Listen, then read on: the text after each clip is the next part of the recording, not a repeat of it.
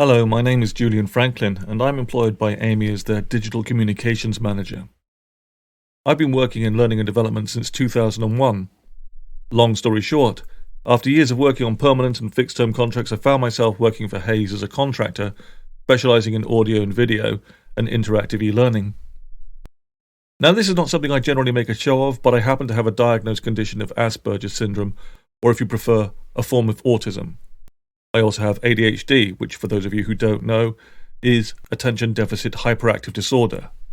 Together, these sound like dreadful conditions, and you would imagine that working with someone like that would be painfully difficult. To be truthful, before I was diagnosed, there were times when it could be. But read up on Asperger's, and you find that what you have are people who tend to be unconsciously literal. They seem pedantic. They need clear instructions, and they will quite often give clear instructions too. So as a trainer and communicator, I have a natural built-in desire to make everything as clear as possible. Anxiety is to be avoided as much as possible, and being vague makes us anxious. People with ADHD are much misunderstood.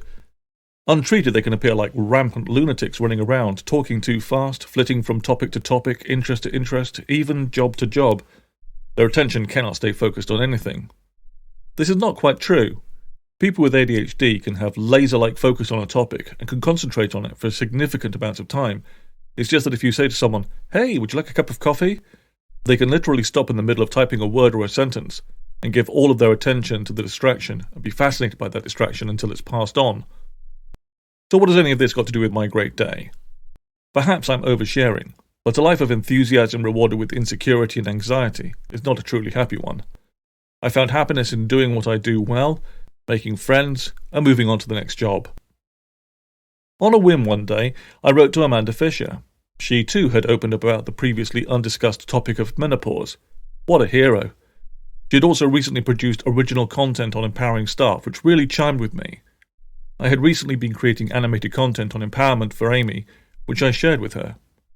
One thing led to another, with the result being that I was hired as a digital communications manager, a permanent role which has given me all the creative license I could ever hope for, and a role which brings me into contact with all kinds of fascinating and diverse content, from cybersecurity to traffic management, health and safety to bat habitat conservation.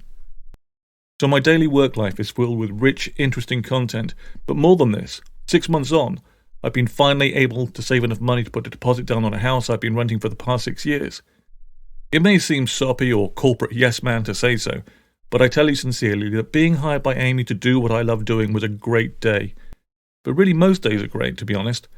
So thank you, Amanda, for being open with the community of workers. And thank you, corporate Amy, for allowing me to join your oh-so-diverse community. Cheers.